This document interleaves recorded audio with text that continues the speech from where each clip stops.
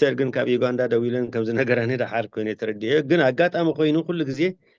ኣብ ትሽዑ ምስ በላኒ ተዳልየሉ ስለ ዝነበርኩ ጎይታ ከም ፍቃዱ ነቲ ተዳልየሉ ዘለኹ ባዕሉ ዳልይዎ ኣሎ እዚ ትምህርቲ እዚ ኣብ ሓደ ጥራሕ ኣብ ሓደ ግዜ ክውድኦ ይደልኒ ሕጂ ብዛዕባ ኪዳን ብመጀመርያ ክርኢ ደሊ ዕቤት ናይ ኪዳን መሰረት ናይ ኪዳን ክንፈልጥ ስለ ዘሎና እቲ መሰረቱ ፈሊጥና እቲ ዕቤቱ ፈሊጥና ድሓር ናብቲ ኣብ ሂወትና ዘሎ ተግባራዊ ናይ ኪዳን መስርሕ ወይ ከዓ ነቶም ኪዳን ዘይገበሩ ኪዳን ክንበር ከሎሲ ኣበየናይ ትነብር ኣየናይ ክትገብር ኣይግባኣካን ብኸመይ ከተቕረብን ትዳሎን ናይ ብሓቂ ክትፈልጥ ስለ ዘለካ ማለት እዩ ስለዚ እቲ ዕቤቱ እንተዘይፈሊጥናዮ እቲ መሰረቱ ታሪኹ እንተዘይፈሊጥናዮ ምናልባት ነቲ ፅባሕ ንግሆ ኣብ ተግባሩ ክንውዕሎ ንኽእል ናይ ብሓቂ ክከብደና ከይክእል መታንሲ ክብደቱ ክንፈልጥ ታሪኹ ክንፈልጥ ኣመፃፅኡ ክንፈልጥ ኣድላይ እግዚአብሔር ኣምላኽ ስለ ኩሉ ነገር ዝተመስገነ ይኹን እቲ ቀዳማይ ብልጫ እግዚአብሔር ኣምላኽ ንሰባት ምስ ፈጠረ ንኣዳምን ሄዋንን ምስ ፈጠረ ንዓይን ንዓኹም ምስ ፈጠረ እቲ ካልኣይ ፅቡቕ ነገር ዝበሎ እቲ ብሓንሳብ ካብ ጎኑ ዝፈጠራ ሄዋን ብሓንሳብ ብፍቅሪ ምንባር እዩ እቲ ካልኣይ ግዜ ዝፈጠሮ ማለት እዩ ሰብ ፈጢሩ ድሓር ዝፈጠሮ ካልእ ፀዋዕታ ኣይኮነን እንታይ ደኣ እታ ብኺዳን ምንባር ብፍቅሪ ምንባር ብሓድነት ሓወይ ሓፍተይ እንዳበልካ ምንባር እያ ፈጢርዋ እግዚአብሔር ኣምላኽ እሞ ስለ ኩሉ ነገር እግዚአብሔር ኣምላኽ ዝተመስገነ ይኹን ኩልኻትኩም ኣብዚ ኪዳን ክትኣትዉ ዘለኩምን ኩልኻትኩም ናብ ኪዳን ናይ ብሓቂ ክትኣትዉ ፕላን ወይ ከዓ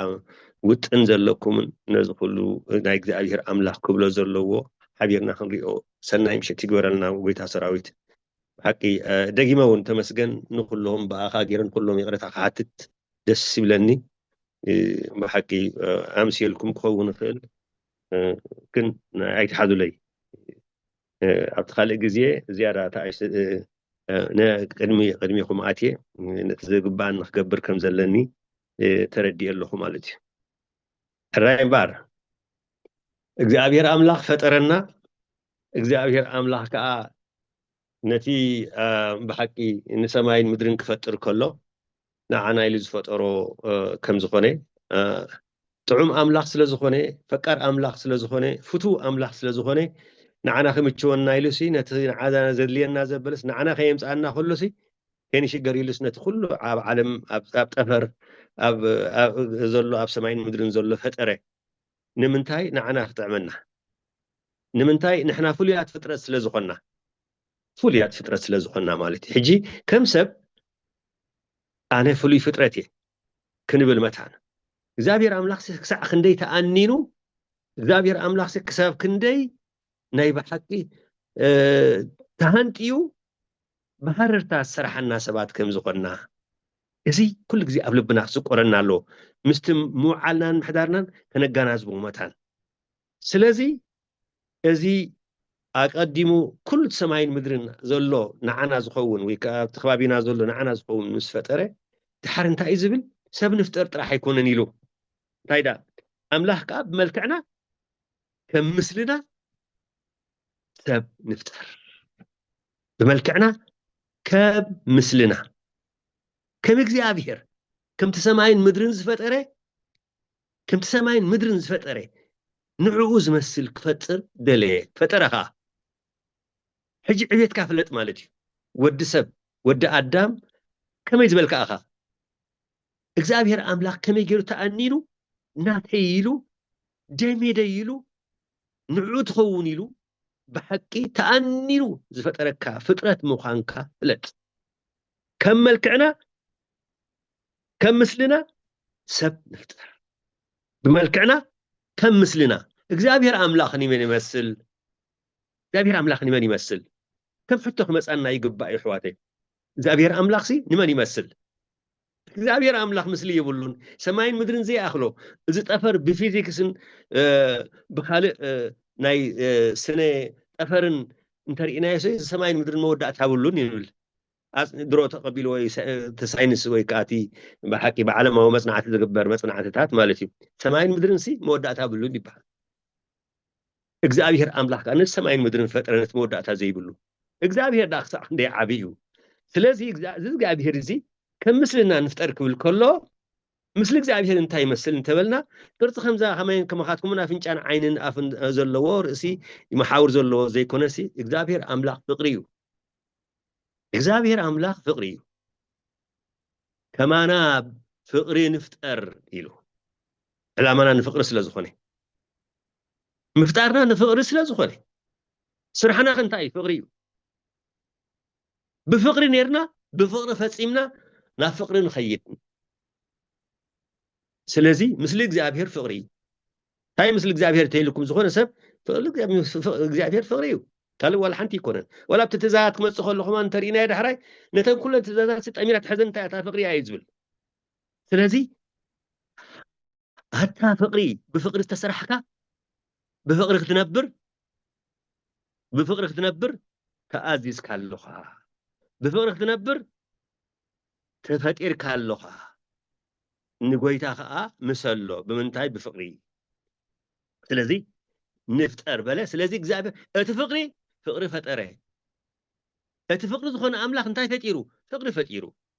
ስለዚ ምስሊ እግዚአብሔር ፍቅሪ እዩ ብመልክዕና ከም ምስልና ሰብ ንፍጠር ኢሉ ንዓሳ ባሕርን ንዕዋፍ ሰማይን ንእንስሳ ዘቤትን ንብዘላ ምድርን ኣብ ምድሪ ለመም ንዝብር ኩሉ ለመምታን ይግዛእ በለ ኣምላኽ ድማ ብመልክዑ ሰብ ፈጠረ ብመልክዕ ኣምላኽ ፈጠሮ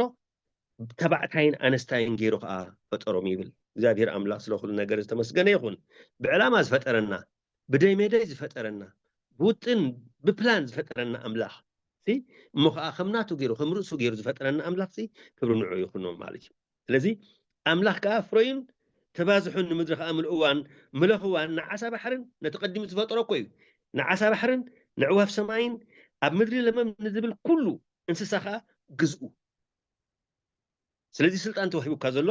ፍሉይ ፍጥረት ከም መልክዕ እግዚአብሔር ዝተፈጠርካ ግን ከዓ ተባዕታይን ኣነስታይን ገይሩ ከም ዝፈጠረካ ፈሊጥካ ተፈጣጥሩ ድሓር ክንሪኦ ኢና ማለት እዩ ኣብቲ ቴክኒካል ነገር ክንከይድና ማለት እዩ ንዓሳ ባሕርን ንዕዋፍ ሰማይን ኣብ ምድሪ ለመም ንዝብልን ኩሉ እንስሳ ከዓ ግዝኡ በሎም እዚ እንታይ ገበረ ኣቀዲሙ ፈጢሩሎም ፀኒሑ ንሱ እንዳረኣየ ዘይኮነስ ኣጣጢሕሎም ፀንሐ ከመይ ብፍቅሩ ስለ ዝተፈጥሩ ፍቅሪ በምሳሉ ዝተፈጥሩ ፍቅሪ ስለ ዝኾኑ እቲ ፍቅሪ ፈጠረ ንሕና ከዓ ብፍቅሪ ነቢርና ብፍቅሪ ከዓ ንውድእ ሰባት ንኸውን ማለት እዩ ኩሉ ዓለም ትርጉም እንተሪእናዮ ብስጋ ዝረአ ይኹን ብመንፈስ ብረቂ ዝረአ ይኹን ናብ ፍቅሪ ዝጥቕለል ኣብ ፍቅሪ ከዓ ዝውዳእ ኣሕዋተይ ሰብኣን ሰበይትን ይፈጥር እሞ ብሓንሳብ ንበሩ ይብሎም ብምንታይ ይነብሩ እንታይ ይራኽቦም ነቲ ስጋዊ ነገር ኣይኮነን ዝጠቅስ እግዚአብሔር ኣምላኽ እንታይ ዳ ነቲ መለኮታዊ ዝኾነ ነገር ፍቅሪ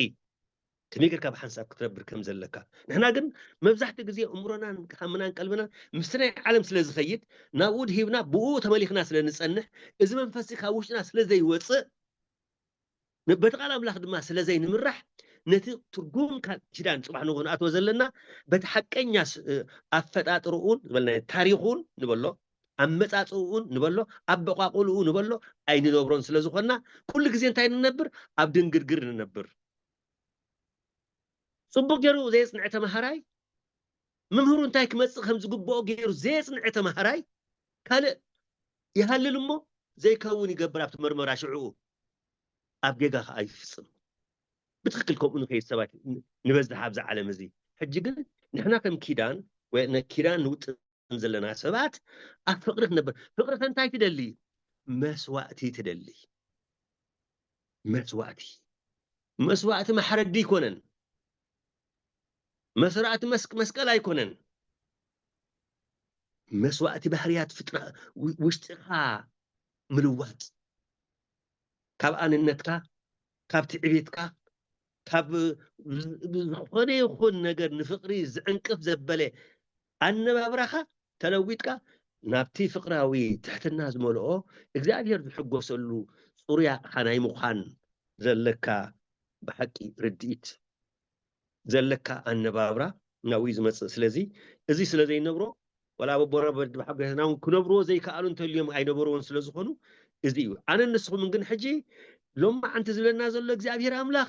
ኣታ ተመስገን ኣታ ርእሶም ተለወጥ ብስጋኻ ኣይትንበር ኣነ ኣይትበል ኣነ ኣብ ኣምላኽ ኣይሰርሕን እዩ ኣነ ዝብል ወዲ ኣምላኽ የለን ዓለም ጥራሕ ኣነ ትብል ኣነ ዝብል ኣምላኽ የለን ኢየሱስ ክርስቶስ ኣብዚ ዓለም ዝሩ ኣነ ክብል ኣይርኣየናን እግሪ ደቂ መዘሙር እዩ ዝሓፀበ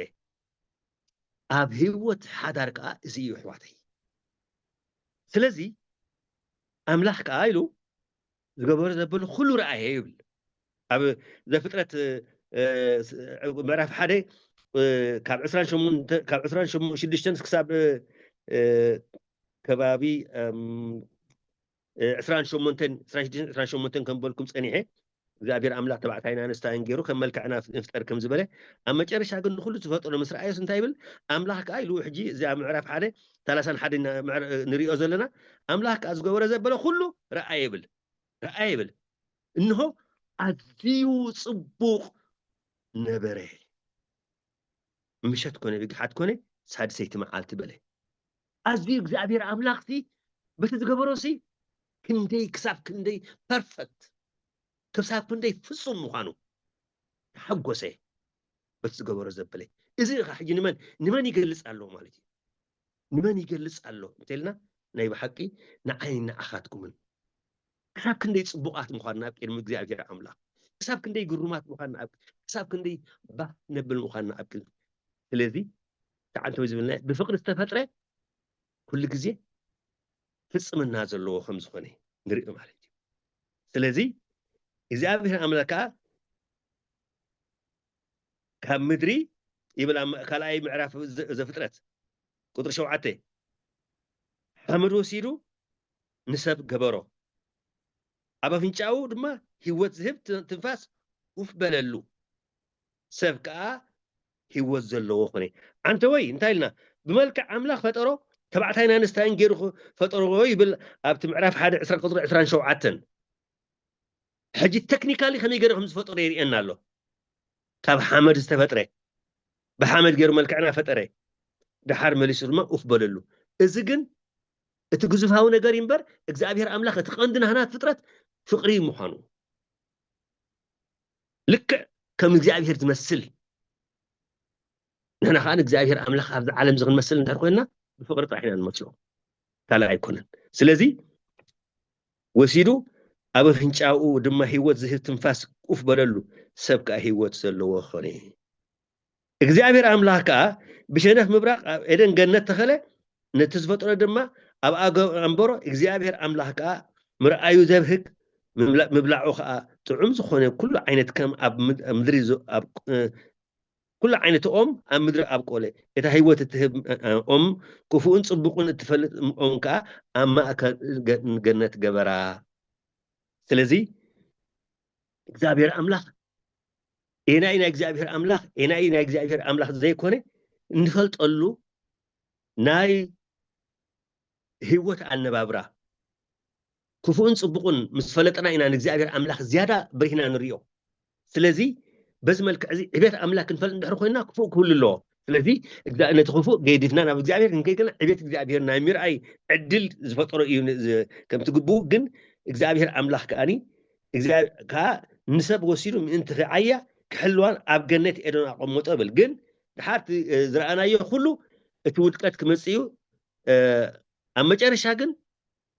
እንታይ ይብል ኣብ ምዕራፍ 2:18 እንታይ ይብል ሰብኣይን በይኑ ክነብር ፅቡቅ ኣይኮነን ንዕኡ እትሰማማዕ ደጋፊት ከዓ ክገብረሉ እየ በለ ሕጂ ብዚ ንመፅእ ናብትና ኪዳን ንመፅእ ኣለና ሕጂ ካብ ፈጣጥራና ንምንታይ ዕላማ ከም ተፈጠርና ተናኺፍናዮ ሕጂ ኣብ ምዕራፍ 2:18 ዝርኡ እንታይ እዩ ዘሎ ደጋፊት ተድልዮ ኣዳም ፍፁም ኮይኑ እኳ እንተተፈጥረ በይኑ ክፍጠር ስለ ዘየለ ኣብ ቀዲሙ ከዓ ኣብቲ 27 ምዕራፍ 1 ዝበልናዮ ከዓ ተባዕታይን ኣንስታይን ኢሉ ስለ ዝበለ ድሮ ተባዕታይ ተፈጢሩ ስለ ዘሎ ኣንስተይቲ ክፈጥረሉ ከዓ ደለየ ማለት እዩ ኣብ ካልኣይ ምዕራፍ 18 ከም ዝብሎ ዘሎ ማለት እዩ ስለዚ ሰብኣይ በይኑ ክነብር ፅቡቅ ኣይኮነን ስለዚ እንታይ ዳ ክግበር ኣሎ ንኡ እትሰማማዕ ደጋፊት ክገብረሉ እየ በለ ስለዚ እግዚአብሔር ኣምላኽ ኣቲ ሰበይቲ ኣቲ ጓል ኣንስተይቲ ፈቲኺ ተቐበልዮ ደጋፊት ኢኺ دقافيت إخي إجزابير أملاخ ينغركي على دقافيت إخي أنا مرحلتي من خانسها كتب لنا حرخوانكي أبحاتي زودكي كاب في مسمرنا إجزابير أملاخ زود أخي قالن ستيت إخي حادن كل تنزي بلو كي حنسلم منا نغرك نزل لنا حواتي لو كاب بزح عقديت كنا أصل زلخن نوداتو ناتاتكم كونوا بكمينا عقديت كنا أصل زلخن تحت كتب لا إجزابير أملاخ يصبيكنا له دقافيت إخي تمهاري أي تمهاري سلطني سبقي ملكعي تخدني زقدس أيكونن إجزابير أملاخ نسو أي قدسوني إجزابير أملاخ وش تخيز دلي إجزابير أملاخ أفقرك نبرز الله إذن النفعات نفعات دقفت نحر خوينن بوين معرنة زقلصة سبعي كاب ملوء سلا زي كوني نتفرق تملا قالو سلا ذهبه أقدم خامسو سلا استفتره كم تقال قدس مسا قدس انجيل زبلنا سبعي أقدم استفترن برسبيتي كونن زبلنا بو ملكعك دقافيت مخانكن فليتكن نجزابيركن نبعل بيتكن كبري ختبا قدوتاتكن انت زي هابكن أما قد أملاخ يلوخن حدن كلتينا لومي أب كاتوليكاويت بتخريستيان كسبخ زلوه اتحقنيا نقدر اللوه زيدلي ينبرو زيدلي خابته بتقدلي كصدف سؤال كامرايو سلازي سعرا زخونه زربخ نزاربك ندحر خوينا تحت بالإلكن اتتوهاي بنزولو نقدم كمالا علن يلكن أما لأو أنا دقافيت كاي أنا حقازيت كاي أنا أفقاريت كاي أنا فرقون نخاي نسخ أمر حني كم زل حيش كم زل قبرنا ريخون النابل كنت نبرع نزين حرتقات بالكن بملو لبغن أوش تخن سلام كنبريو أوش تخن فرق زعفير كقمتيو أوش تخن حيلك زعفير كله تقبرو زبلخا كصبق الكني كله تقبرو زبلخا أني كفاري الكني ما هذا قال أملاخ يحسوني كم قال أملاخ وسينا خاي تزاربنا سلزي نو اتسمامع دقافيت كقبرو اللي من ذات نو سمامع دقافيت تقبرو له من أنا يتمسجن من أنا يرسم من أنا هابتم من أنا داويت من أنا دانيال من أنا نا إيدن من أنا يوردانوس من أنا لويزا من أنا حارة من أنا لويزا من أنا دانيال كنا لين نحرقنا نو التسمامع دقافيت حانت الله يزول زلو حانتي تسمامع ننفسك كفنا كم بقى فتاترنا تسمع حانت دقافيت الله أبي الله እግዚአብሔር አምላክ ናአዳም ካፍርቅ ጎኑ አንተ መሰንገለ ወሲዱ ትንፋሲቡ አቀመጠሉ ዳዊት ንገዛርሱ ድሓር ክሪየና ንገዛርሱ አዳሙን ጽብቅት ኮይኑ ረኸባ ሽሙን ባዕሉ ይዝባ አዳም ይዝባ ስለዚ አነ ንስኹምን ከም ካቶሊካውያን ከም ክርስቲያን እታና ኣይትሰማማዕ ሓንቲያ እታና ኣይትድግፍ ሓንቲያ أبكين ما يصنحتني يكونتن قال قم سنا يكونتن قال تمرتي يكونتن غربتي يكونتن ممهرتي يكونتن مزامرتي يكونتن انت هيدا نمنفس قدس تنبركي خحاتت علوني بملكع بقربت بزمدنا مال زمدنا كله خنا يسقى زمدنا زي كونه ناي مقرام ناي مللاي مالتي زي كونه منفس قدس حاتيت كاترخبا إياه اتهادقافيت نأخا اتساماما سلازي تسألاي انت زي كونكا قال قدس مصحف تتخيل كان ترى نقزابير أملاخ مقدخا زي تغنع كونكا اتتخلنيا نقر كبر هالكا سلازي كئل نتا تخلنيا زخون تنبركخي تسألي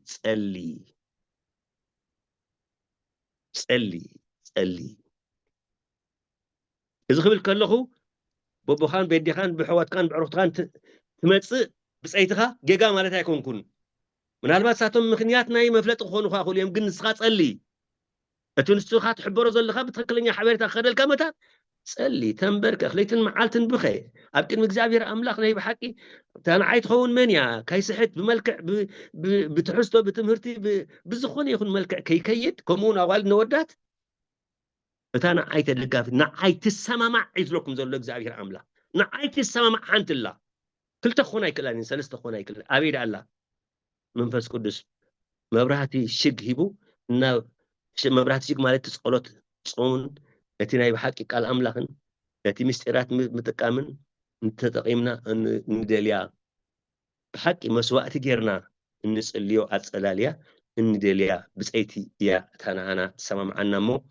ናይ ምንብርካኽ ናይ ምጽላይ ናይ ብሓቂ ናይ ሙጻም ጓል አንሕርቶ ተተኻኢሉ ቃል ኣምላኽ ኣብ ምንባብ ተተኺልና ነታት ዓናት መስል ክንደሊ ናይ ብሓቂ ንድለ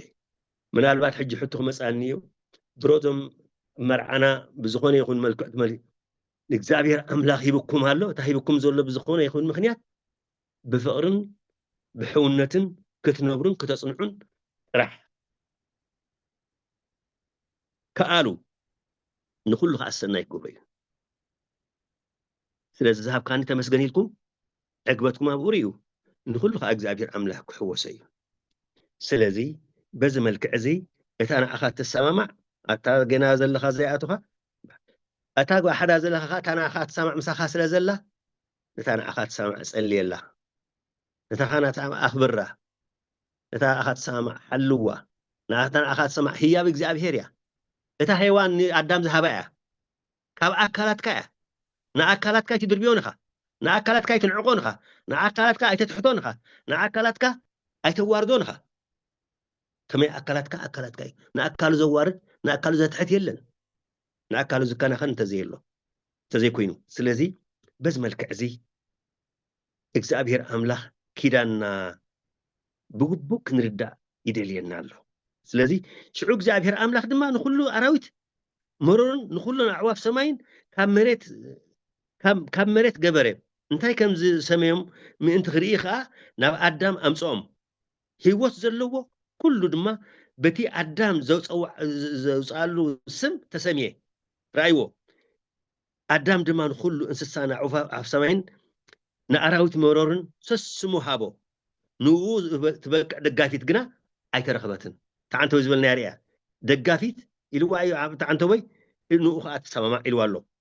ስለዚ ሓሰበ እግዚአብሔር ኣምላኽ ንኣዳም ከቢድ ድቃስ ከውደቀሉ ደቂሱ ከሎ ከዓ ካብ ጎኑ ሓንቲ መሰንገለ ወሰደ ነታ ስፍራ ድማ ብስጋ መላኣ እግዚአብሔር ኣምላኽ ድማ ነታ ካብ ኣዳም ዝወሰዳ መሰንገለ ሰበይቲ ገይሩ ሰርሓ እሞ ናብ ኣዳም ኣምፃ ኣዳም ከዓ እዚኣ ዓፅሚ ካብ ዓፅምተይ ስጋ ከዓ ካብ ስጋ እያ ካብ ሰብኣይ ተወሲዳ እያ እሞ ሰበይቲ ትበሃል በለ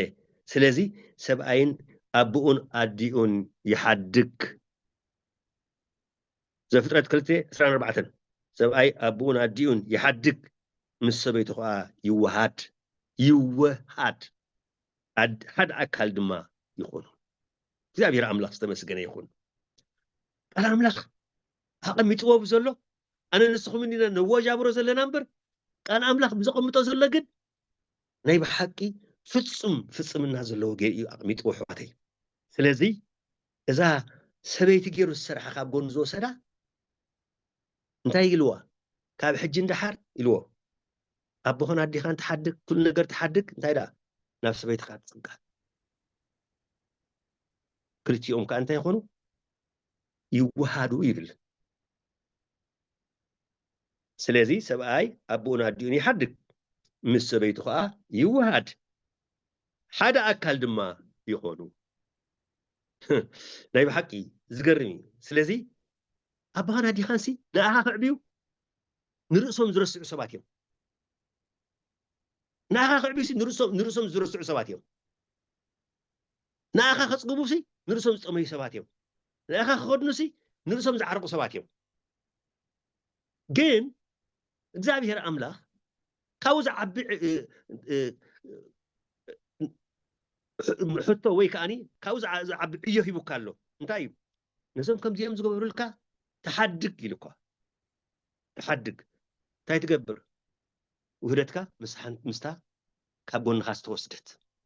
ሔዋን ሓያል እዩ ኣብዚ ለንቅነ ምናልባት ርኢኹሞ እንትኾንኩም ኣካታዓይቲ ነገር ሓደ ዝበሎ ወዲ ኣዝዩ ጽቡቕ ጌር ዘቐመጦ ወዲ ነይሩ ኣብዚ ሚድያ ተዘርጊሑ ዝቐኒ ናይ ብሓቂ ንሳስ ከኣካለያ ኣደይስ ክንዲ በዓልቲ ቤት ኣይትኸውንን እያ ዝበላ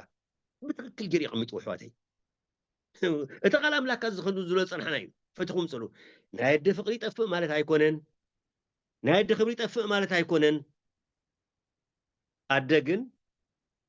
ከም በዓልቲ ቤትካ ክትወሃድ ምሳኻ ዘይከኣል እዩ ከመይ ንዓ ኣምሳኣ ዝተዋሃደ ኣቦኻ ኣለዋ እዚ ኣይንረስዕ ክብሪ ናይ ስድራ ኣቦትኡ ኮይኑ እቲ ዝዓበየ ክብሪ ግን ንበዓልቲ ቤትካ ሂብካ ምስኣ ተዋሂድካ ሓደ ኣካል ኮንካ ናይ ምንባር እዩ ናይ እግዚኣብሔር ዕላማ ኣባኻ ባዕሉ ቃል ኣምላኽ ዝምስክሮ ዘሎ ስለ ዝኾነ ማለት እዩ ገለ ሰባት ነዲኦም ነቲ በዓልቲ ቤቶም ኣርሒቆም ነዲኦም ኣቕሪቦም ነቲ ሓዳር ዘይመልክዕ ዘትሕዝቦ መሊኦም እዮም ኣይተሓዙለይ ካብ ስምዒትኩም ውፁ ካብ ቃል ኣምላኽ ክትሃድሙ ትኽእሉ ንኹም ንሓዳርካ ፅቢቕካ ምስ ሓስካ ንሓዳርካ ብሓቂ ብፍቕሪ ምስ ሓስካ ንበዓልቲ ቤትካ ናይ ብሓቂ ነዲኻን ነቦኻን ከም ተኽብር ጌርካ ምስ ኣቕረብካያ ኣቦኻን ኣዴኻን ሽዑ ክኸብሩ እዮም እቲ ዝዓበየ ዝገበርካዮ ግን ንዓ እዩ ኣብኣ ዝሃብካዮ ፍቕሪ ኣብኣ ዝሃብካዮ ኣመራርሓ ኣብኣ ዝሃብካዮ ዕድል ኣብኣ ዝሃብካዮ ክብሪ በቲ ክብርቲ ገይራ እያ ንወለድኻ እቲ ዝግባእ ትበካ ግን ማዕረ ይኮነን ምስ በዓልቲ ቤትካ ማዕረ ይኮነን ስለዚ ብሓቂ እቲ ገግብኡ ፈሊጥና ከምቲ እግዚኣብሔር ኣምላኽ ዝፈጠሮ ክንከይድ ጥራሕ እዩ ዝኸውን ስለዚ ኣብ መጨረሽትኡ እግዚኣብሔር ኣምላኽ ከም ዝረኣኹሞ ምስ ኣዳምን ሔዋንን ከመይ ገይሮም ከም ዝተዋሃሃዱ ከመይ ገይሮም ክነብሩ ከም ዘለዎም ከመይ ገይሩ ብሓንሳብ ብሓቂ ናቶም ክተኽልዎ ዝግብኦም በቲ ዕላማ እግዚኣብሔር ክኸዱ መታን ነቲ ብዙሑ ተባዝሑ ዝበሉ ኣቐዲምና ዘንበብናዮ ንክፍፅሙ እኮ እዩ ሰብኣይ ካብ ወልዱ ወሲዱ ምስ ሰበይቱ ዘዋህዶ ዘሎ ሓደ ኣካል ከዓ ዝገብሮም ዘሎ ስለዚ በዚ መልክዕ እዚ ይኸይድ ሕጂ እግዚኣብሔር ኣምላኽ ኣብዚ እንታይ እዩ ዝገብር ኣብዚ እግዚኣብሔር ኣምላኽ እንታይ እዩ ዝገብር ምሳና ኪዳን ኣተወ ምስ ኣዳም ኪዳን ኣተወ እንታይ እቲ ኪዳን ተዋሂዶም ክነብሩ ከምታ ዝበላ ኣቦን ኣዲን ሓዲጉ ምስ ሰበይቱ ተዋሂዱ ሓደ ኣካል ናይ ምዃን ኪዳን እግዚኣብሔር ኣምላኽ ዝኣዘዞ ከም ዝኾነ እቲ ኪዳን ግን ኣብ መንጎኻን ኣብ መንጎ በዓልቲ ቤትካን ጥራሕ ኣይኮነን ኣብ መንጎኻን ኣብ መንጎ እግዚኣብሔርን ኣብ መንጎኣን ኣብ መንጎ እግዚኣብሔርን እዩ ምናልባት ሕጂ ድሓር ክንብሎ ኢና እንድዒ ተመስገን ምናልባት ዕድል ትህቡ እንተኾንኩም ሎሚ ስለ ዘይውድእ ምናልባት ካልኣይ ዕድል ከም ሎሚ ድዩ ዋላ ግን ክትቡን ኢኹም ክንውድእ ኣለና ወይ 2-3 ጌርና ክንውድእ ስለ ዘለና ናብቲ ተግባር ናብቲ መዓልታዊ ኩነታትና ንብሮ ዘለና ኩነኣቱ ስለ ዘለና ሕጂ ግን ትመሰረት ዝኾነ ክንርኢ ስለ ዘለና ድሓን ንሪኦ ምስ ወዳእና ኣብቲ ቃልና ማለት እዩ ስለዚ ኣብ ሓደ ዝውዳእ ስለ ዘይኮነ ናይ ቃል ኪዳን ማለት እየ ስለዚ ንሕና ናይ ብሓቂ በዚ መልክዕ ኪዳንና ምስ ርእስና ወይ ከዓ ምስ በዓልቲ ቤትና ጥራሕ ዘይኮነ ምስ እግዚኣብሔር እዩ ወላብቲ ቤተክርስትያን እውን ቃል ኪዳን ክንኣስር እንከለና ኣነ ኣብ ዝኾነ ይኹን ኩነታት ሃልዊ ክሳብ ሞተይ ብዝኾነ ይኹን ምክንያት ከም ዘይፈትሐኪ ኢልካ ኩሉ መሓላ ክትፍፅም ከለካ እዚ ሳምዐይ ትብል መንፈስ ቅዱስ እዩ ትብል ምስ መንፈስ ቅዱስ ከዓ እንታይ ትገብር ኣለኻ ኪዳን ተኣቱ ኣለኻ ብኡ እዩ ኪዳን ዘይፍታሕ ኣሕዋተይ ብኡ ኪዳን ክብተን ዘይክእል ምክንያቱ ምስ ጥራሕ ዘይኮነ እቲ ኪዳን ዝተከል ዘሎ ምስ መንፈስ ቅዱስ ትተክል ስለ ዘለኻ ምስ እግዚኣብሔር ትተክል ስለ ዘለኻ ስለዚ እዚ ኪዳን እዚ ንእግዚኣብሔር ትጠልም ስለ ዘለኻ ምስ እግዚኣብሔር ዝኣተኻዮ ኪዳን ቆሪፅካ ምስ በዓልቲ ቤትኩም ቆሪፅካ ወይ ምስ በዓልቲ ቤትኩም ቆሪፅኪ ከምኡ ብጓል ኣንስተይቲ ወገን እውን ነቲ ኪዳን ትብትን እንተደኣሊኻ ካብ እግዚኣብሔር ርሒቕካ ከም ዘለኻ ወይ ርሒቕካ ከም ዘለኻ ክንፈልጥ ይግባአና እዩ ስለዚ እቲ ኪዳን ኣብ መንጎኻን ኣብ መንጎ በዓልቲ ቤትካን ኣብ መንጎኻን ኣብ መንጎ መንፈስ ቅዱስን ብክልቲኡ ወገን ከም ዝኾነ ክንርዳእ ይግባእ ማለት እዩ ስለዚ ናይ ብሓቂ እግዚኣብሔር ናይ ብሓቂ ኣብ መንጎኹም ኮይኑ ነቲ ኪዳን ክንተክል ከለና ንሱ እውን ምስክር ጥራሕ ዘይኮነ እንታይ ደኣ ምስኡ እውን ኪዳን ንኣቱ ከም ዘለና ክንፈልጥ ይግባአና ማለት እዩ ስለዚ እዚ ኪዳን እዚ ኣብቲ መጀመርያ ኣብቲ ፈለማ ዝኾነ እዩ ኣብቲ ዳሕራይ እዋን እንተሪኢኹሞ دحري آدم نوح يزمت أبجزي نوح حزبي كابتي حق إجزابي هروسيو أبزموتن عبدانن مسكونة ما هيجرو خمسة فهم كلها نفلتوي دحرجن كل عالم زلوا آدم مستفئة أتي أبنه أبتانه صراحة مركب طرح استرفه حزبي طرح مسترفه إجزابير أملاخ نتزجبرو نجار كل يتعاسبل سلزي أنت عايز جبر ننوح كيران يأتولو مجمريا كيران كأتو خلو أنت عايز زبل كمتي أب معرفة الشعات زي فترة قطري عسرت كلتين عسر سلسنريو قستي دمنا أنبر الله نسرما نتي أمونغو مدرين زلو كيدان ملكت كونيو إنه دما أبلع المدري خدبانو خلوه أبتدمنا قستي كرأيو بز قست زي قرن تاي قبر كيداني آتو ملكتي زي يخون لكم إذا قست زي كاب حجين دحر نهزبين آدم نتبه حقي كم مثل يسرحكو خمزة يطف إذا ملكتي يخون لكم إلو ننوح كيداني آتو له مالتي لذي إجزابير أملاخ مس هيوتنا زخيد وترو كيدان النعاتو يمس كيدان حيال مخانو هنر إلنا مالتيو سلازي إجزابير أملاخ ننوح كيدان كم زعاتوي كيدان ناقص له خيد كله خاني ناب كله متم نايب حق مريح زخون إجزابير أملاخ نابانا زلاهم أنت جميل كان زلاهم منايب حقي نابزي دحري سقع كرسوس زمس بملك نبيات بملك نايب حق أبون زمهارنا كله قبل إلنا كيدان نفتره نايب حقي إجزابير أملاخ فقرو خمزر أينا نرئي نزعنا نسخم نتخلى حدار دما إجزابير أملاخ كيدانو يقلس لنا خمزولو كنردا مالتي سلازي أنا نسخم من النعاتو مسرعات بيتنا كيدان قليل كيدان كم زي كوني لكعتي مسنوح زعاتو كيدان مس آدم مسهنا وهوان زعاتو كيدان نايب حقي مس إجزابير ون يفصم سلازولو إذا أنا نسخم نسمع مس كلنتن إجزاجر زعدلنا بروخات زخنا فقرات زخنا دك نستيو ويكا أنستنا ويكا بعال بيتنا كلن نايب حق مسان إحنا ون بكيدان ملك بتجزابير أملاخنا عنا زعتو خيدان كنحزن كم زلنا نسونكم كنفلت نمالتيو اتخيدان قليل كم زي كوني نمر أي مالتيو ስለዚህ ኪዳን ክብል ከሎ ናይ ብሓቂ ሓያል ናይ እግዚአብሔር ኣምላኽ ዕዮውን ወዲ ሰብ ዝሃቦ ክነብሮ ዝግብኦ ሸለል ክብሎ ዘይብሉ ብዓለማዊ ኣረኣያ ዘይኮነ ብመለኮታዊ ኣረኣያ ክሪኦ ዘለዎ ከም ዝኾነ ንርኢ ማለት እዩ ድሕሪ ኖህ ናብ ኣብርሃም ኢና ክንከይድ ናይ ኣብርሃም ኣፀቢቕና ክንሪኦ ክንክእል ኣለና ከመይ ኣብርሃም ናይ ብሓቂ ከምቲ ናይ ብሓቂ እግዚአብሔር ኣምላኽ ከም ልብ እግዚአብሔር ኣምላኽ ዝነበረ ሓደ ብእምነቱ ዘመስከረ ንኩላህና ኣቦ ዝኾነና ስለ ዝኾነ ንእግዚአብሔር ኣምላኽ ከዓ ኩሉ እቲ ወላ ዕድሚኡ ኣኺሉ ከሎ ውላድ ከም ዝህቦ ዝኣመነ በቲ ሓደ ወገን ክንሕፃባ ሓደ ክገብረካ የብሎ በቲ ሓደ ወገን ከዓኒ ውላድ ይድንግዮ ስጋብ ሳራ ተስፋ ትቆርፅ ይኸውን ወላ ኣብርሃምን ተስፋ ቆሪፁ ይሕዋተይ ኣልዓዛር ዝበሃል ሰሪያዊ ቢልኡ ዝነበረ ንሱ ክወርሶ ይፅበ ነይሩ ኣብርሃም እግዚአብሔር ኣምላኽ ግን ገና ከም ሕፃባ ክብር ውልድካ ክፍረብርካ ክበካ ኢልዎ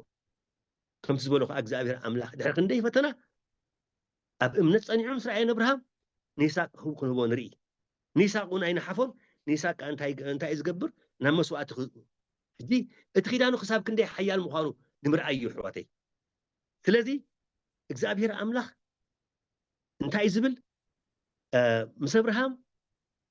ኣብርሃም ወደ 99 ዓመት ምስ ኮነ እግዚአብሔር ተራእዮ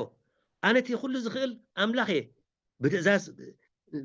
ብትእዛዝ ንበር ፍጹም ከኣኹን ኪዳነይ ኣብ መንጎይን ኣብ መንጎኻን ከቕውም እየ ኣዝየውን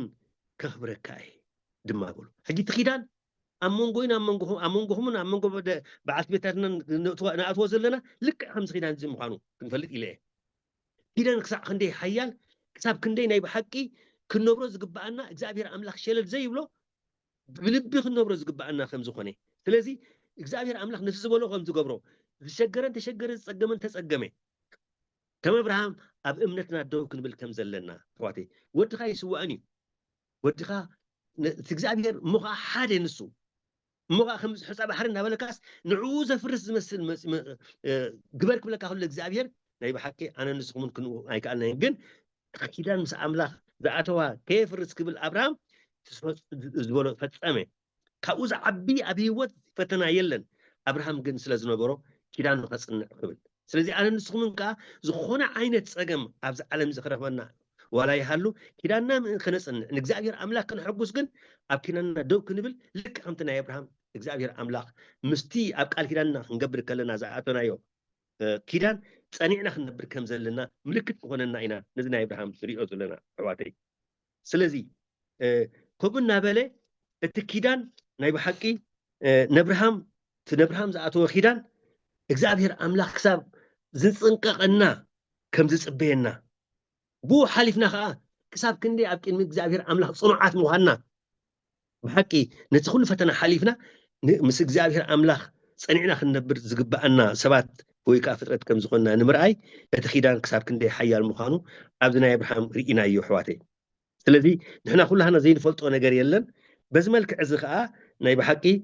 كيداننا كساب كندي مسوعة خنوسر له كم دقاقي مزول زلهم كم تي أبراهام دحر كندي تصبي إسحاق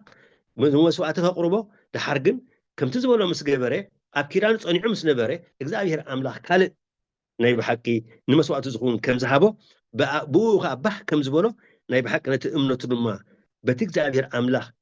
كفتنو كفتشو إلى زجبره نسون كم تزجبوا غيره خمس نبره نرئي بزمل كعزخاني إجزابير أملا بإبراهيم باخيبلو نعين أخو من كا تساعتنا يا خيدان كساب كندي كنسوا قالو كساب كندي كنتعتلو كساب كندي نايب حقي كنخبرو خمس جبعنا كنسوا قالو خمس جبعنا كنفلت كم زلنا بزي كيدان يا إبراهيم كنردا يجبع حواتي الذي أنا حدارين تاي قبل الله أنا نبع البيتين تاي قبل الله أنا نبع البيتين تاي قبل الله أبينا يبدل الله إنا يخون نايلوم أوان نايب حقي أتي أواننا أزيو كام نايك أنا فتاني زغونة جزية زلنا سباتينا إذا مالت كان تاي مالتيو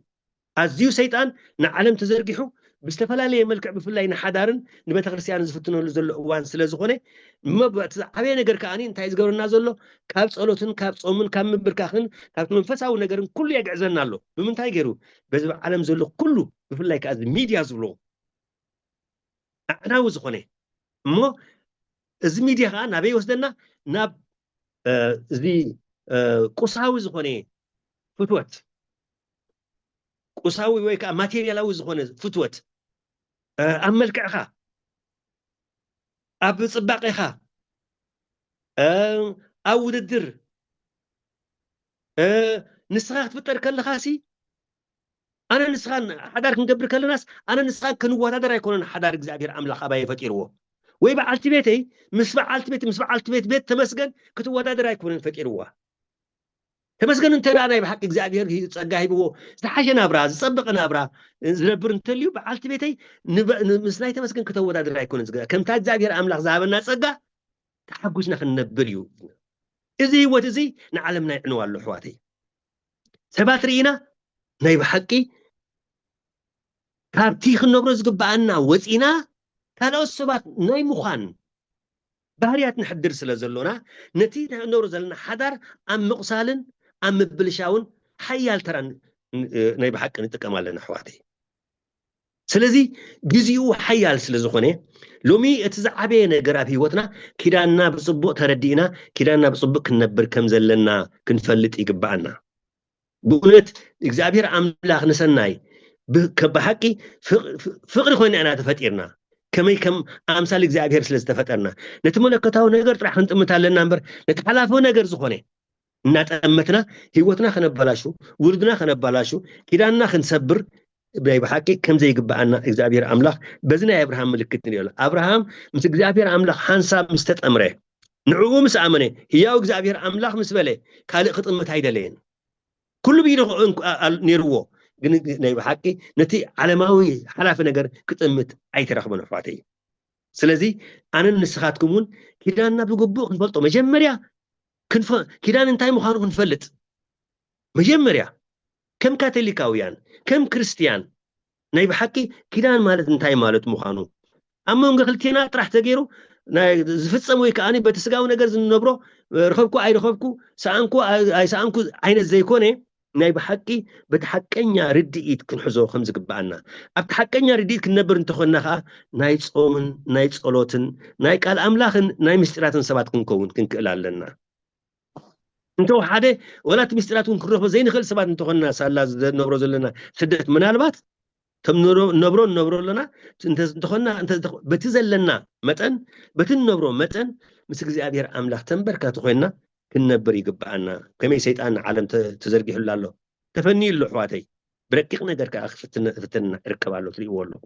ثلاثي نايب حكي لومي تي كيدان مسانان مسك زي أبيهرن مسبس أيتنان ويكا مسبس أينا نأتو خمزلنا برقص كسقورنا كأتو الناس كرد الناس لزلوه بس ملك عزي كنردو يقبع حواتي وعلنا حديرنا شعوه نبيك نمسينا نبتي بحق بأكل نبرز لنا كيدان كخمي يمثل له عبد الله مؤوان إن لنا خنكيد سلزغنا أبتي بولي كيدان دروح جي أبو إبراهيم رئينا لنا كيدان انتهى يمثل كم زغني بونا صبرا كنبر كم زلنا كم ون مس داويت ون نجزار سوك أبو إبراهيم حليفك بس على داويت كو ناي بحق إجزابير أملاخ مسيتاق كيدان آتينيري مش يعقوب كيدان آتينيري إجزابير أملاخ كم ون مس داويت كيدان آتينيري زابير أملاك كدان أتي لهم كلهم أبو نتهم ناب كورسس زغربنا ناب كورسس نابره الناس مصز نبرو نقع عزنا مصز نبرو أبو كدان ناتو إيه مسيز زابير أملاك مسك زابير كنبر تزي كنا بزي كدان ينبر نحواتي لو من الفتر كن مش عمت الفتر كن مليون عمت الفتر تا خبت تفترنا الأول وترو مسك زابير بخيدان ننبر وترو أبتان نبرها بخيدان ننبر حواتي ስለዚህ أبراهام ጸጋ እግዚአብሔር ስለዝበዝሐሉ ንሳራ ከም ሓፍቱ ይኽብራን ይሪአን ነብረ ሕዋቴ ስለዚ ንዓለም ነገር ተሰአንኩ ኢሉውን ብዛዕባ ይስሐቅ ምሳአኑውን ኣይተሸገረን ከምታ አንተ በዝብልናዮ እቲ ኩሉ ሃብቱን እቲ ኩሉ ንብረቱን እቲ ኩሉ ውበቱን ንአልዓዛር ዝበሃል ሶርያዊ ናቱ ጊላይ ክውርሱ ሓሲቡ ነይሩ ድሓሪ እግዚአብሔር ኣምላኽ ኣይፋልካን ንስ ይኮነን ኣነና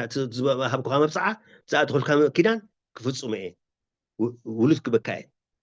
يساق دما تولد حواتي سلازي بز ملك عزي اغزابير املاح انا نسخمون نتخيدان النبرو كساب كندي اسنعنا النبرو لنا كساب كندي كردينا النبرو لنا كساب كندي بمنفساونت نريو لنا توس بركابنا يسغا ويكا ابوز مسله خمس مسله نغرات علماوي هيوت ننبرو لنا ازينا بحقي أنا سيرنا كنردو كم زقبعنا كنفلت علنا مالتي سلازي بزعبا كيدان تاريخون أما ساسوون كم يجروها إجابير أملاك كيدان ناتخلين ودسب كم بروهم سن حرمة بزنا أو ما قدري إنا يلنا يهريو 70 سبيتين كم يلهم كنوا بريهم 70 سبيتين كم يلهم كوها هاديهم 70 سبيتين انتاي إجامهم 70 سبيتين بخميم كرأي زقبهم كل رئينا أو حدش كيدان كنكورينا هاو جميرنا رما نبيك المسينا نبتي علت حاون عبرانا زلو بفلاي كا حوات كاتوليكاويان دك مريم أبيك دي أبير أملاخنا أمن أبيك دي أبير أبن ولدن منفس قدسنا يبحق نسجد كوينا كيدان كي قبرنا كم 70 سبيتين تتقرني هنا نبر زلنا أبك إنك زي أبير أملاخ أبكنك زابير أملاخ قبل نفسهم كم زلنا كنفلت يقبان نفتوه نصلعيه اغزابير أملاخ زي تبارخ خيدان زموتيو شح تفاتو شح تفالتو سقاخم كي تعاقتو مسك زابير أملاخ تبقى أسلوكم زخونا نقرأ بعالم يترفن نخيتو بلو نسقاكم كتحقسوا ترانا كلكم زي قسينا احنا زاروينا سبيوينا እግዚአብሔር አምላክ ሳብ ክንደ ይሐዝናሎ ክንፈልጥ ይግባአና ጸጋና ዓለምናውን ክዕጾናዩ ክንማሮይና እቲ ካብ እግዚአብሔር አምላክ ወፂኡ ዝነብር በታ ዓለማዊ ዓወቱን እንድሕር ይስተርፍ ሕጉስ ኣይኮነን ሙሉ ኣይኮነን ናይ አምራው ሰላም ይብሉን እግዚአብሔር አምላክ ኣብዚ بملوء حيل خسر حيكونن تنسحنا بلا صبح يزنقر زلو مستملسكات راح يجزابير أملاح دقسنا حقوس زقبر كله خاف تصم زخون سلازي نبي እግዚአብሔር አምላክ ተነስሕና ከመይ ገና ክንምለስ ከም ዘለና ክንፈልጥ ይግባአና እዩ በዚ መልክዕ እዚ ከም ሎሚ ድዩ ንካልእ መዓልቲ ዕድል ክትቡን ኢኹም በታ ትህቡኒ ሰዓት ነቲ ኣብ ሓደ ክፋል ኣሰልቻዊ ከይኮነኩም መጣን ንኩሉ ክበፅሖ ስለ ዘይብለ እዚ ናይ ኦሪት ኪዳን እንታይ ይመስል ንደቂ ሰባት ኣብ ኪዳን እቲ ምስ ብፅይትና እንነብሮ ከዓኒ ከምቲ ፈጣጥራና ከመይ ዝበለ ኪዳን ክንተክልን ክንነብርን ክንርዳእን ከም ዘለና ተናኺፍና የሎና ናብቲ ናይ ሓድሽ ኪዳን ከይድና ከዓ ክርስቶስ ምስ መፀኸ ብክርስቶስ ገይሩ ብቅዱስ ጳውሎስ ገይሩ እንታይ ኢሉና ከመይና ክንነብር ክንሪኦ ኢና ስለዚ በዚ መልክዕ እዚ ንርእስኻ ከይትምንን ንርእስኻ ከይትቐፅዕ ንርእስኻ ናይ ብሓቂ ከምቲ እግዚኣብሔር ቃል ኣምላኽ ዝብሎ ንኸይትነብር ምስ ደኸምካ እንታይ ትብሎ መስላካ ነቲ ከምኡ ኢልካ ምንባር ኖርማል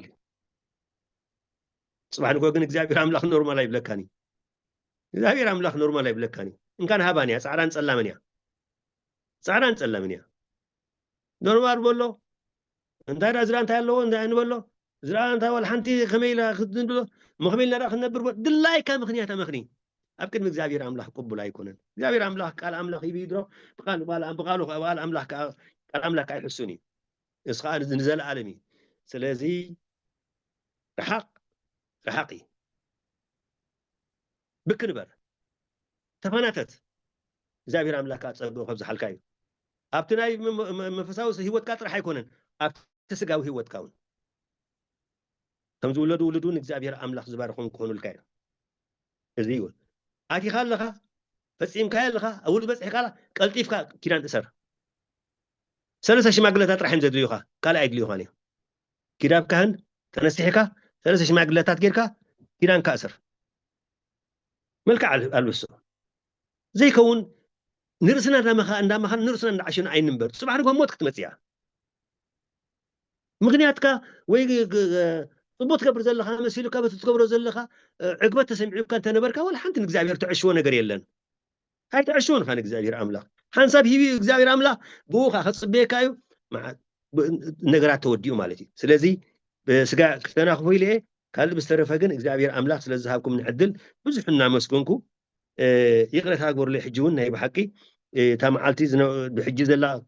ገይረ ወሲድያ ብዝኾነ ግን ድሓን እግዚአብሔር ኣምላኽ በቲ ዝደለየ ገይሩ ስለ ዝዛረብ እግዚአብሔር ኣምላኽ ስለ ትኩሉ ነገር ዝሃብኩምኒ ንኩልኻትኩም በቃ ኣመስግነኩም ከም ቃል እግዚአብሔር ንምንበር ሰብኡት ንኹን ንሓይል ኣነ ንገዛእ ርእሰይ እውን ምስክርነት ክበኩም እየ ብዛዕባ ናብራይ ብዛዕባ ሂወተይ ብዛዕባ ከይዳነይ ብዛዕባ መፃፅኣይ እግዚአብሔር ኣምላኽ ስለ ኩሉ ነገር ዝተመስገነ ይኹን ይባርኩም ጎይታ ሓዳርኩም ይባርኽ ውልድኩም ይባርኽ የዕብየልኩም እግዚአብሔር ኣምላኽ ፀጉኡ ኣብ ዘለኹም የብዝሓልኩም ኣይተመኻንዩ ብስደት ኣይተመኻንዩ ብሓደ ቆራፃት ኩኑ ሰላም እኹል ሽዑ እግዚአብሔር ኣምላኽ ኣበኹም ክውሕዞ እዩ ፀጋሞኒ ብግብሪ ዝብሎ ክነብረኩም ዝኽእል እዩ ክምስክረልኩም ዝኽእል እዩ ስጋዕ ንምስክረልኩም ስጋዕቲ ናብቲ ሓደ ካልኣይ ግዜ ንመፅእ እግዚአብሔር ኣምላኽ ሰናይ ቀነ ይግበረልና እዚኣ ምስ ነገር ካኒ ተመስገን ምናልባት ብኣኻድያ ትውሰን ብካልእ ነታ መዓልቲ ክቕረብ እየ እግዚአብሔር ኣምላኽ ሰናይ ቀነ ይግበረልና ብሩክ ምሸት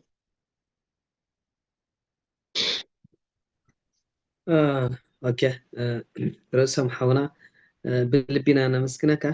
ብመጀመርያ የቕሬታ ንሕና ኢና ንብል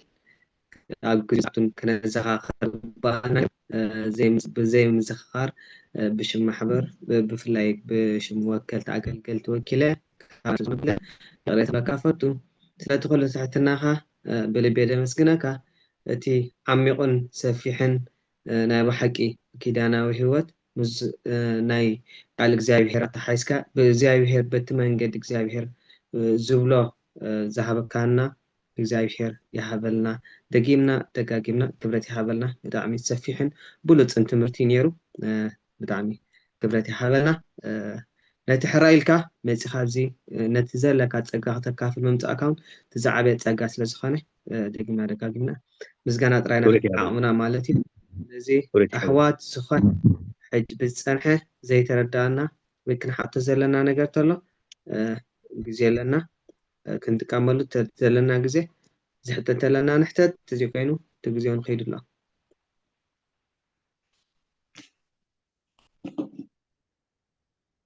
سلام حوات كم يوعلكم أنا سمرتي بهالكم عاد إنجليزي يغني لنا بدعمينا أنا مسكن طعم صبوق مدب نيرو طعم دس زبل أنا بطعمي أنا زدلي نيرو بطعم هادسي للنمسيو أبزي أحط لهني نرسم حونا يغبل انتي حط لهنسي قال كيدان تزعابي يو أنا نبعلي نسو سلازأمن تمرنا زمسخا بطعمي بحقي سنمسيو قلنا أبزي زرلغ وسي انت يالو أنا حجي خمسة بكل جيزة زعنكا فلو أب بتخسيان مالتيو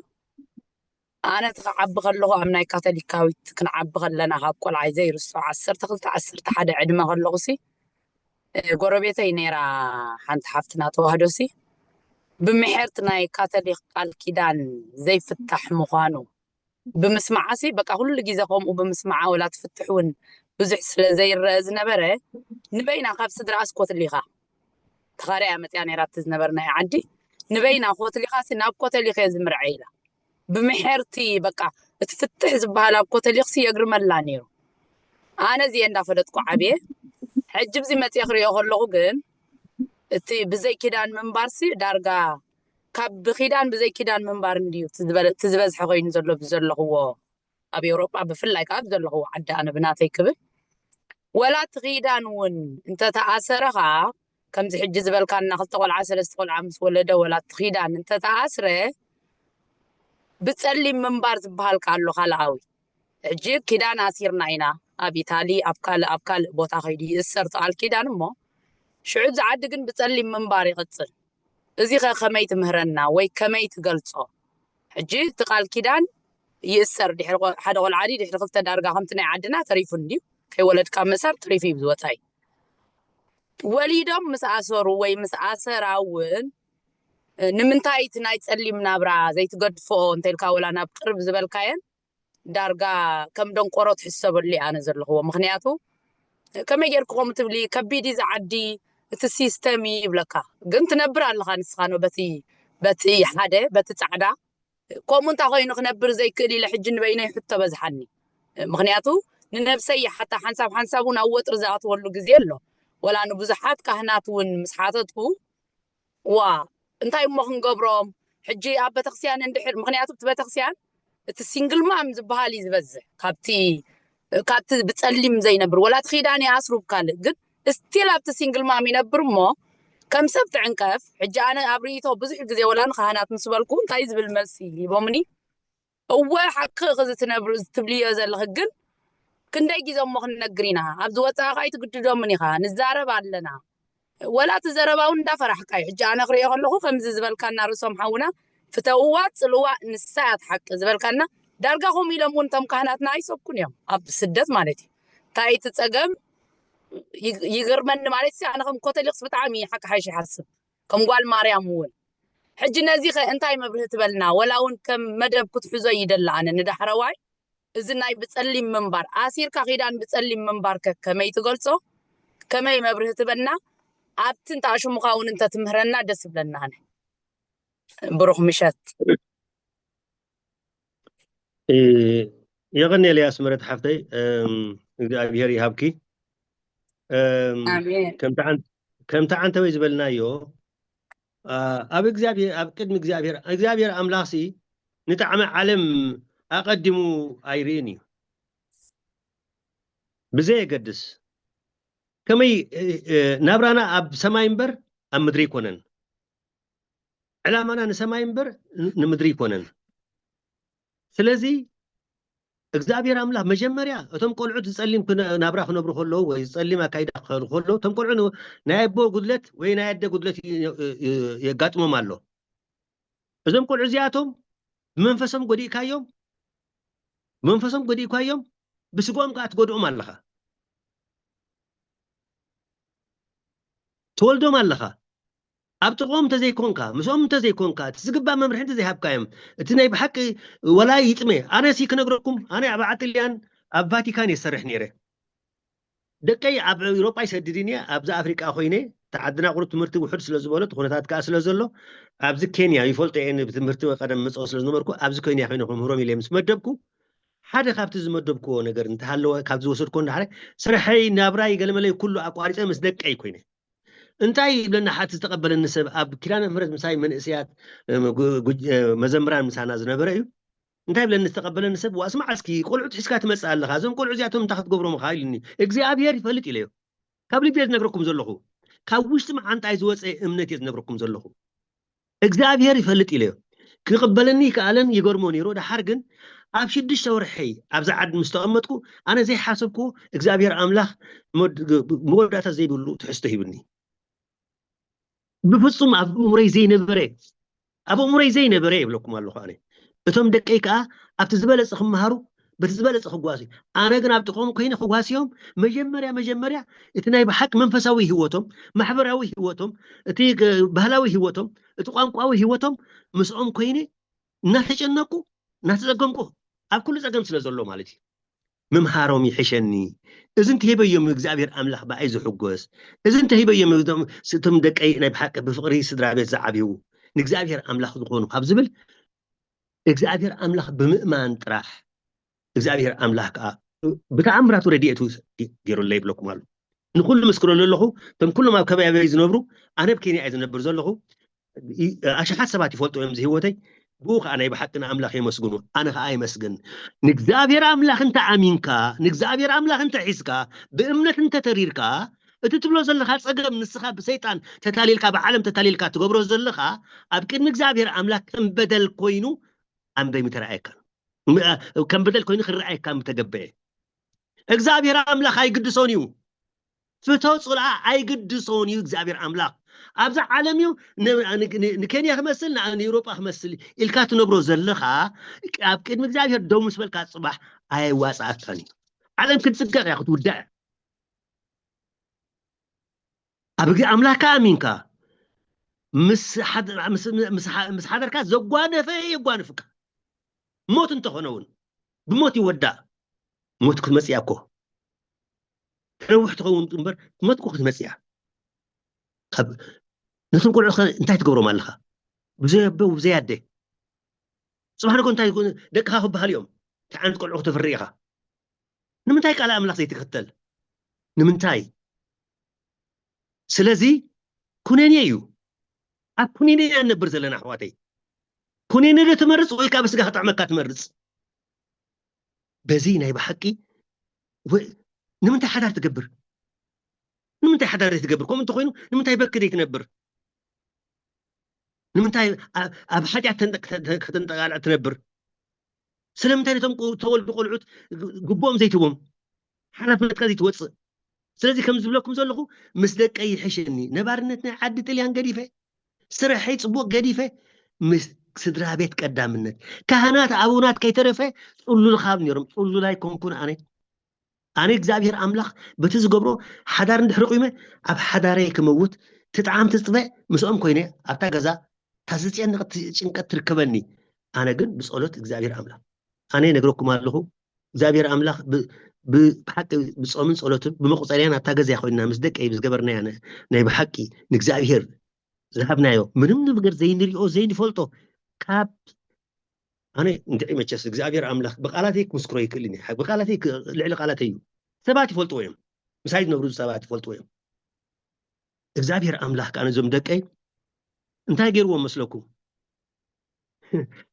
بتمرتهم منفساونتهم كل ما مقدم نجزابير أملاخ أبريهلو زبط حسرح يدهم نعم كنت نقول له بعد ما يمكن أن تكونوا قل إغزابير أملاخ أبريهلو أنا نقرأكم الله بزح بزعبو خزارة بايدلن كاليق مثل سلازخل قل أب أملاخ أنت أمينك إغزابير أملاخ أبي هوتك خقوبرز كل زخل النابلك ملكته وحالي سماين مدرز فتر نابلك دحارك أتمريسك نغزابير رسعيك بتعلم زخورن رح ناخدك نرسخ أبزي يدل نقرت سلازي أنا خبلك زخيل أسمرت حفتي أنا خبلك زخيل نايب حقي إن نفسك كفهم كنا قرب من تزخيل نفسك كفهم تحق خرفهم تزخيل نايب حقي كن زاربوا لي ناس سبحانه جهون أكن مجزي أبيهرن أكيد مع عالمن ناي كنت كنتي أنا قال عالم أيبليني يعني أبي هوتي كما أتفطري قلت يا زنقر نسب أي زي كون نقر كم مخانخ عيد اللينية حرق كوري ضد الله يكون أنا أملاك هم من قارقن أنا أذكر النسي أب سمرة خلص أب حدا عبي نايت حدثوا من قصاص نيرناس أنا يتصوروا من نايتصورتن جوجلنا نيرنا حجي حزب بزيحو بتكاتيدرال نيرنا بتعمل حزب بزيحو قنا بفشتين تاير بشن نيرو بحقي بتي نقبرو نبرنا صعوق نايتصور من صولتن تقادلون نقبرو نبرناسي أبز هاجر الناس المتخيد كم زخون نجارات ناي بحقي نايتصور من صولتن بتخرسيان كتقبر كم زلو نجاراسي يملالسن نبرو مور حر نابقوم سي نجيري نخانات نجيري وعلى حدير خان نابت مشارشة ناب باباس كيده نجيري ولا حادث سمع النسينة أنا غاش عقلتي في وسي بقت عم بسرح إلى زوج سلزوجه جن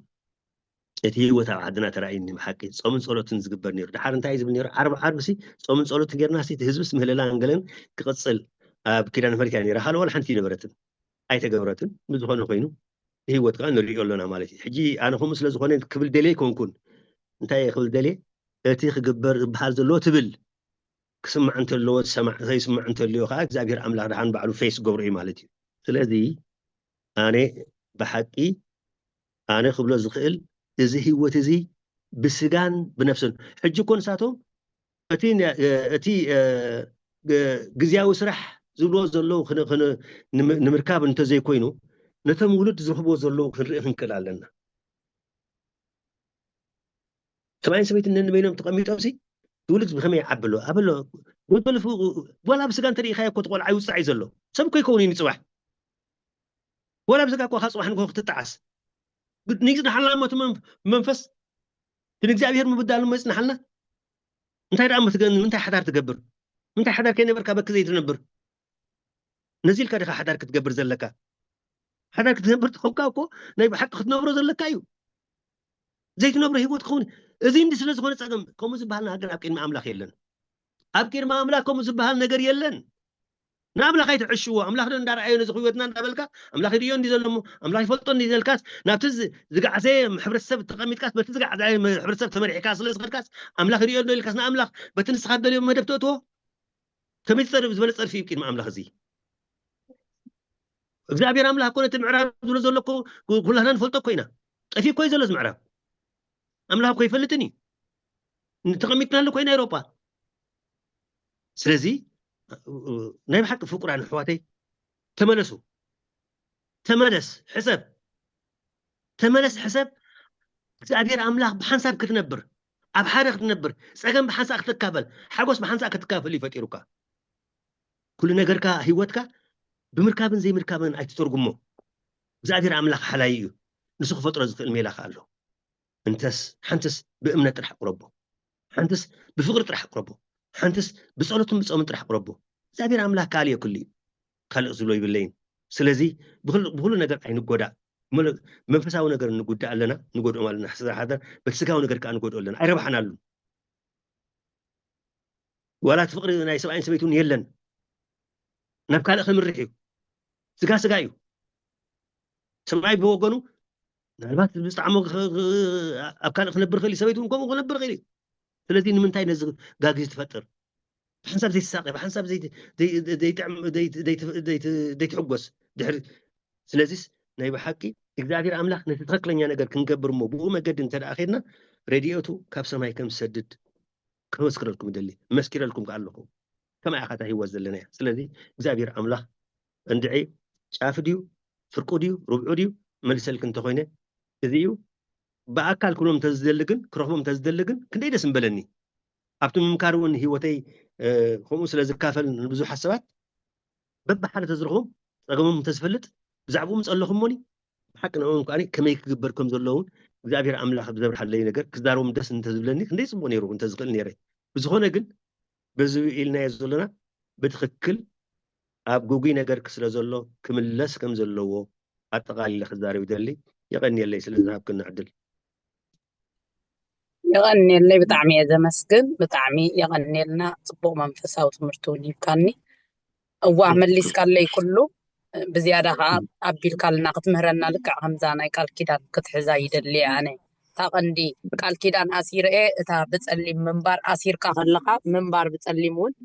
እንታይ ሳዕብየን ከም ዘለዎ ከም ዝብራህ ቃልና ኣስፊሕካ ክትገልፀልና ድልየና እታ ፓርቲ ይብቃ ተመስገን ሓውና እውን ከም ዝበሎ መደብ ክትሰርዓልና ንደሊ ብፍላይ ነዚ ኣብ ምዕራባዊ ሃገር ዘሎ ብሩኽ ምሸት የቐኒየለይ ብጣዕሚ እየ ዘመስግን يغني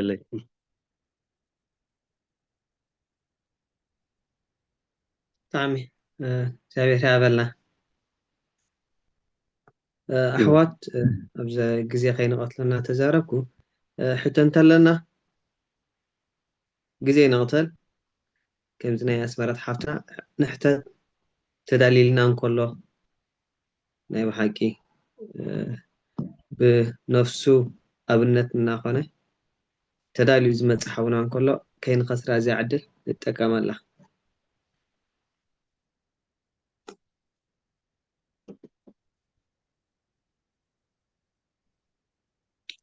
بريهلنا مالدي ولا حتى يبلنا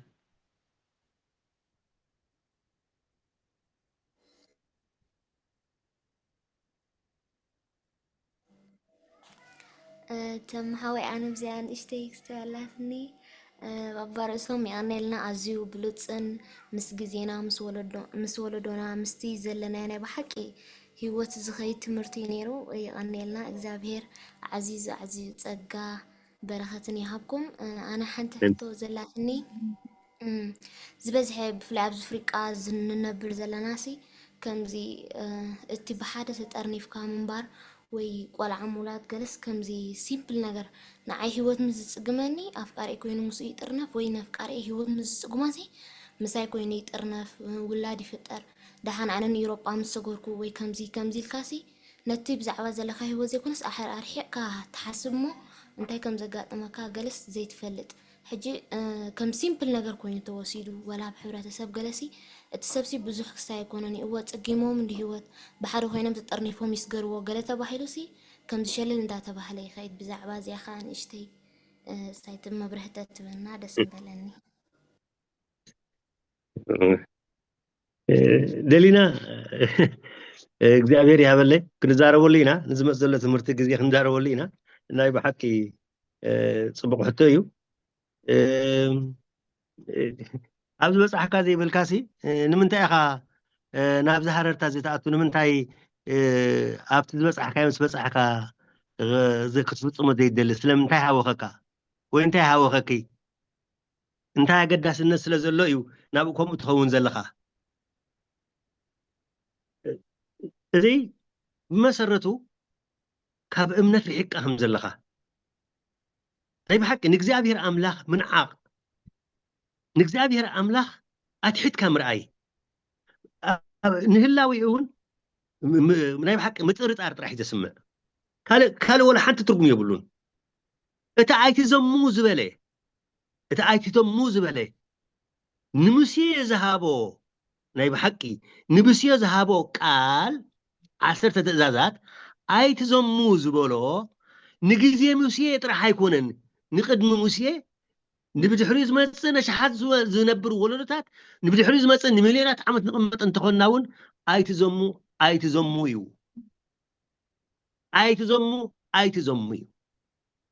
ዘይሰበይትኻ ኣይትድለ ስእልካ ሕጂ ኣነ ወፅየ ካብ ዓደይ ኮይነ ሕጂ ከምዚ ኢልካ ኣብ መኻኒኻ ትነብሮ وحتى أتكوي المديو دلينا حتى يلمدو كوي كم نبر كوي السدي حتى جنك زافير أملاك كم نبرو يعوسدوني تقال أملاك يحسوني نزل علي خا قال يحل فيني زبل سماين مدرين كحل فيه قال يجينا يحل فيني زبل قال أملاك كل ساعة له سلازي أبكين مجزافير أملاك زعبي بدلت في الصم كم زلخا العل كله قادا نجزافير أملاك تنعك كم زلخا حتيات نفسمك نجزابير أملاك أمليسك تنعك كم زلخا نتنسو زحقوق حق خاني كم نبور توسد سلزلخا نيب حق جزابير أملاك قطعوه أبلعي خاي قطعوه أبلعي خي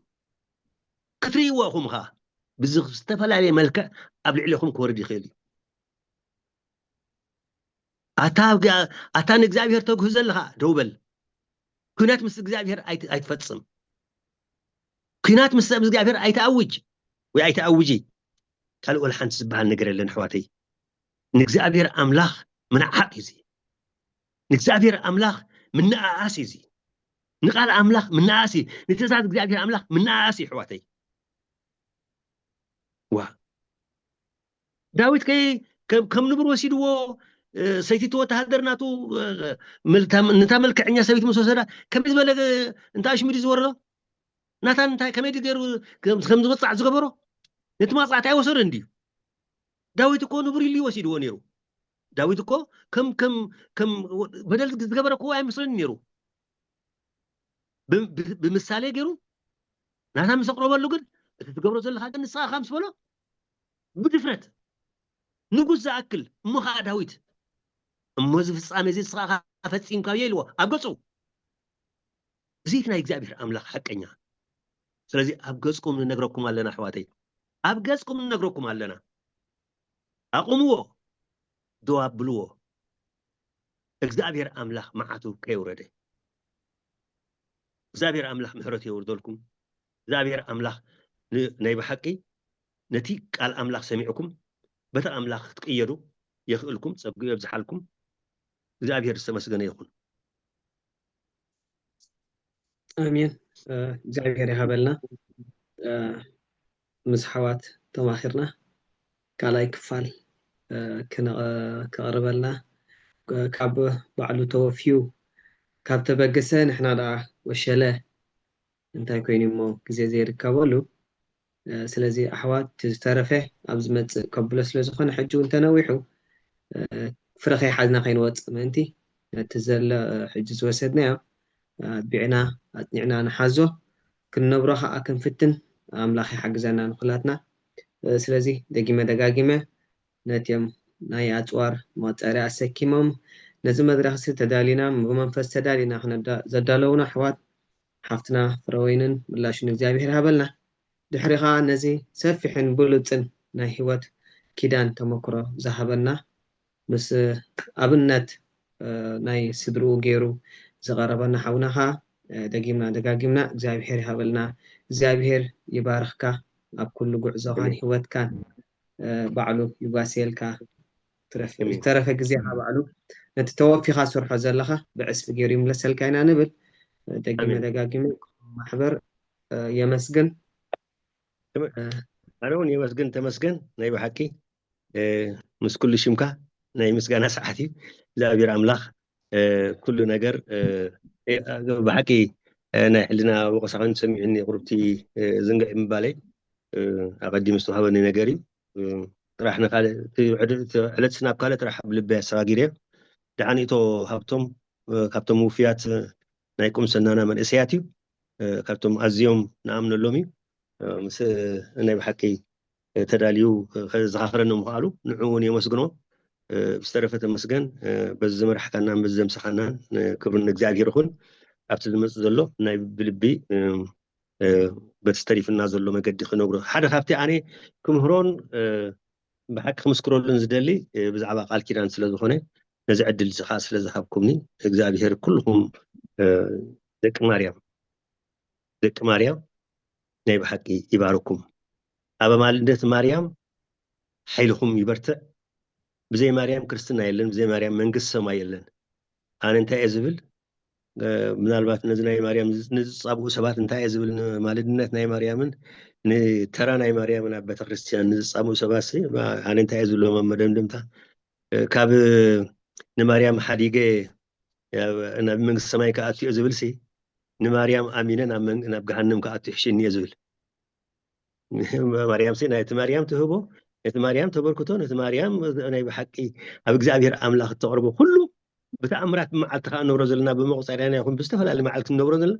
نماريام تقبلين نماريام أبينا كريستوس عم جهنم كأتوني حشني كمي لازم نبر حق ذرا كمي لكم نبرو أجهم بتوعو أجهم زي مريم صدق يلن زي مريم كريستنا يلن زي مريم هيمانوت يلن زي مريم هيمانوت يلن قدفهم نزم زعبرو إذا أملاك محرتي يوردلهم سلازي مريمكم حزو عرم مريم تاعت قبر خان زلا بتاريخ مت كريستيان كاب قرن كاب انترينا يلونا اب معلتاو هيوتنا كاتو قبر زلا خان ريو سلازلنا دك مريم بدا انا ام فيك بحكي بخمس غير خبرات اكم دلي بروح مشيت يقبر لنا بزلنا እግዚአብሔር አምላክ ጸጉ يحزلنا امين እግዚአብሔር ያበልና በተዛብኩና መተባበዕ ቃል ናይ መወዳእታ ጸሎት ናበኻዮ ሓውና ጎይታ ነመስግነካ ኣለውና ወማርያም ብሓቂ ንስኽ ዘይብሉ ክርስትና የለን ንስኽ ዘይብሉ ክርስቶስ የለን ንስኽ እንተዘይትህሉ ክርስቶስ ኣይመፀን ስለዚ እግዚአብሔር ኣምላኽ ዘመጎሰኪ እግዚአብሔር ኣምላኽ ዘፍቀረኪ እግዚአብሔር ኣምላኽ ዝወደሰኪ ብጸጋ ዘይኮነ ብኣካሉ ዝነበረኪ እሞ ከዓ እቲ ሰማይን ምድርን ዘይኣኽሎ ቋሒልና ቋሒሰም ኢልና ክንሪኦ ዘይንኽእል ፈጣሪ ኣብ ሕፅንኽ ዝተሸከምካ ኣደ ናይ ብሓቂ ኣብ ቤትና እተዊ ምሳና ንበሊ ነዚ ጉባኤ ዝባርክ እዮም ነቶም ኩሎም ብስንኪ ገይሮም ንመንግስቲ ሰማይ ብስንኪ ገይሮም ስድሮም ዝመርሑ ብስንኪ ገይሮም ናይ ብሓቂ ክርስትኖም ዘደልድሉ ዘለዉ ከዓ ሓይልን ጸጋን ዝሃበካ ኣምላኽ ኣብዛ ዓለም እዚ ክርአ ከም ትገብሪ ናይ ብሓቂ እወ ንልምነክ ኣለና ክትገብርዮ እኺ እንሆ ብዘይ መዓልቲ እኳ ንኢየሱስ ኣብቲ መርዓ እንታይ ኢልክዮ ከይሓፍሩ ዝበልኪ ንዓና ክንሓፍር ዘይደሊ ኣደ እኮ ኣንስኺ ምርኢቲ ኣደ ናይ ብሓቂ ኣደና ኣደ ቤተ ክርስቲያንና ኣደ ዓለምና ኣደ ስድራና ኣደ ህይወትና ኢኹሞኒ ናይ ብሓቂ ዘይበኣኺ ህይወት የለን ዘይበኣኺ መንግስቲ ሰማይ የለን ዘይበኣኺ ቃል ኣምላኽ የለን ዘይበኣኺ ብሓቂ እግዚአብሔር ክሪኦ ይኮናን እሞኒ ስለ ኩሉ ነገር ብኣኽቢር ዝመፀና ንኣምላኽ ነመስግኖ ኣለና እግዚአብሔር ኣምላኽ ነዚ ምሸት ስለ ዘምሳና ከዓ ነመስግነካ ሰላም ንዓኹም ማርያም ጸጋ ዝመልአኪ እግዚአብሔር ምሳኺ እዩ እንካባ ንዝተባረኪ ኢኺ ናይ ከርሲ ፍሬ ኢየሱስ ከዓ ዝተባረኸ እዩ ቅድስቲ ማርያም ኣምላኽ ንምልልና ንዓና ንሓጣን ሕጅን ብግዜ ሞትና ስብሃት ንኣብን ስብሃት ንወልድን ስብሃት ንመንፈስ ቅዱስን ይኹን ጥንቲ ከም ዝነበረ ሕጂ ከዓ ንወትሩ ንዘለዓለም ዓለም ዓለም ይኹን ብሩኽ ምሸት ስጋብ ካልኣይ ግዜ ንረኸብ ብሩኽ ቀን ይግበረልና በብዘለና ከዓ እግዚአብሔር ኣምላኽ ብርሃን መንፈስ ቅዱስ ይልኣኸልና አሜን እግዚአብሔር ያበልና አሜን